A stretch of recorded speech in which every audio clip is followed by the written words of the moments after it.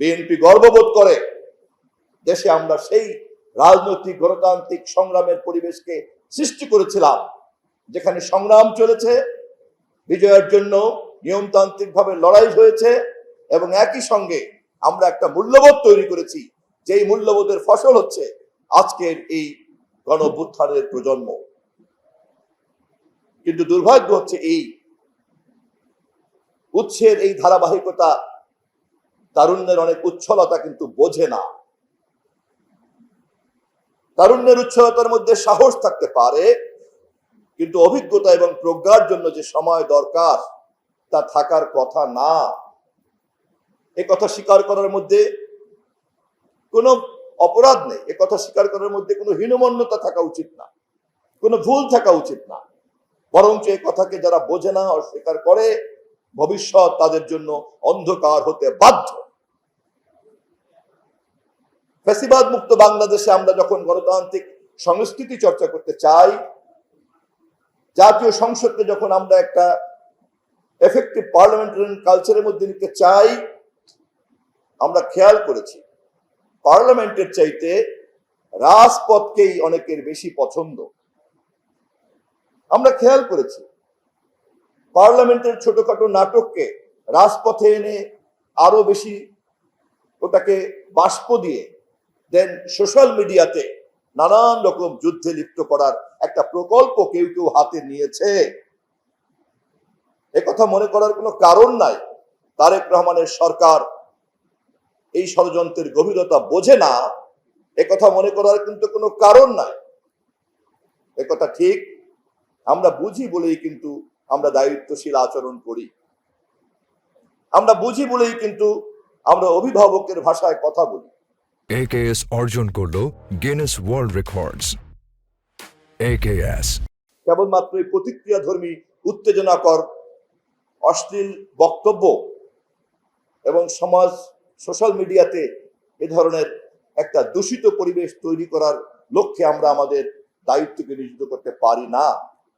বিশেষ করে জনগণ যখন আমাদেরকে রাষ্ট্রের অভিভাবকের দায়িত্ব দিয়েছে, আমাদের নেতা তারেক রহমানকে শহীদ জিয়া খালেদা জিয়ার ধারাবাহিকতার রিলে রেসের দণ্ডটি দিয়েছে, তখন আমাদেরকে এই দায়িত্ব অবশ্যই পালন করতে হবে।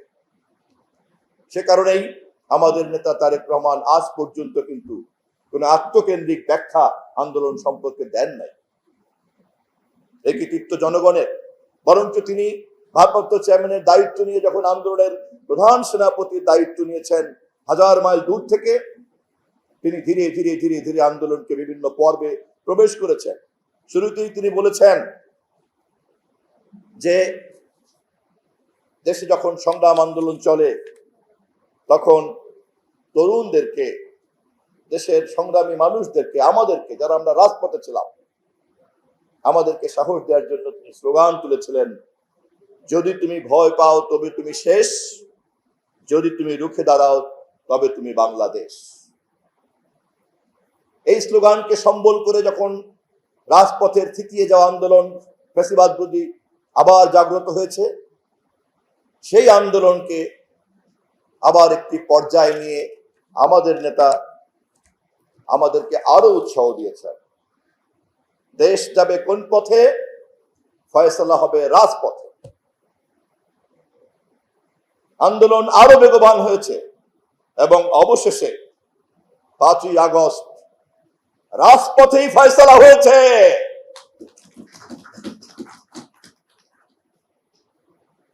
এবং রাজপথে ফয়সালা হওয়ার দিন প্রমাণ হয়েছে। বুলেটের মুখে বাংলাদেশ, ফ্যাসিবাদের দিন শেষ। এখন আমরা সেদিন জাতীয় নির্বাচনের জন্য অপেক্ষা করতে শুরু করলাম। 5ই আগস্টের পর থেকে এই নির্বাচনকে নিয়ে নানান চক্রান্ত, ষড়যন্ত্র, আবার সেই একই দৃশ্য, জনগণের ভোটের ক্ষমতা জনগণকে না দেওয়ার জন্য নানান মহলের নানান চক্রান্ত। খুব দুর্ভাগ্যজনকভাবে আমরা লক্ষ্য করেছিলাম রাষ্ট্রের দায়িত্বশীল ব্যক্তিরা পর্যন্ত জাতীয় নির্বাচনের বিরুদ্ধে চলে গিয়ে কথা বলেছিলেন।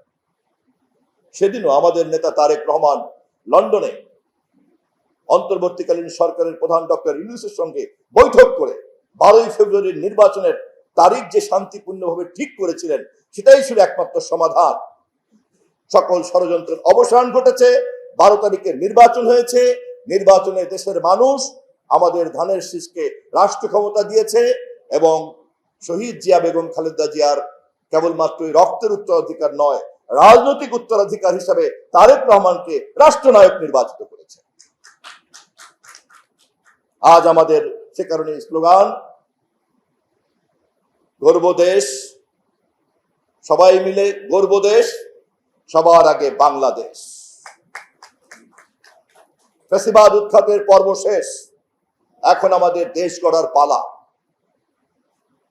যারা তখনও চক্রান্ত ষড়যন্ত্র করেছিল অথবা কেবলমাত্র কৈশোরের বিভ্রান্তিতে ছিল, তারা এখন দেশ গড়ার কাজে, গঠনমূলক কাজে তারা মন দিতে চায় না।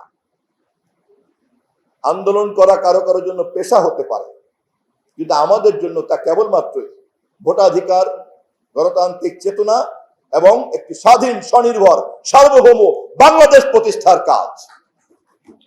সেই আন্দোলনকে আমরা সমাপ্ত করেছি। অতএব এখন আমাদের কাজ হলো দেশ গড়ার দায়িত্ব।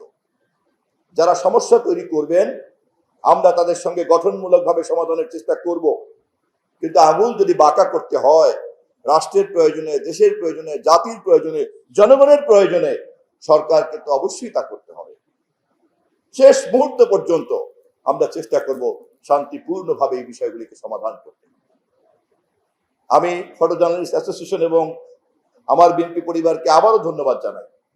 আপনাদের এই ফটো এক্সিবিশনের মধ্য দিয়ে আমাদের এই দীর্ঘ সংগ্রামের ইতিহাসকে আপনারা যেভাবে তুলে ধরবেন, তার মধ্য দিয়েই জনগণ বুঝতে পারবে এত সংগ্রামের সুফল আজকের নির্বাচিত প্রধানমন্ত্রী তারেক রহমানের সরকার, এই সুফলকে আমরা কোনোভাবেই হারাতে পারি না।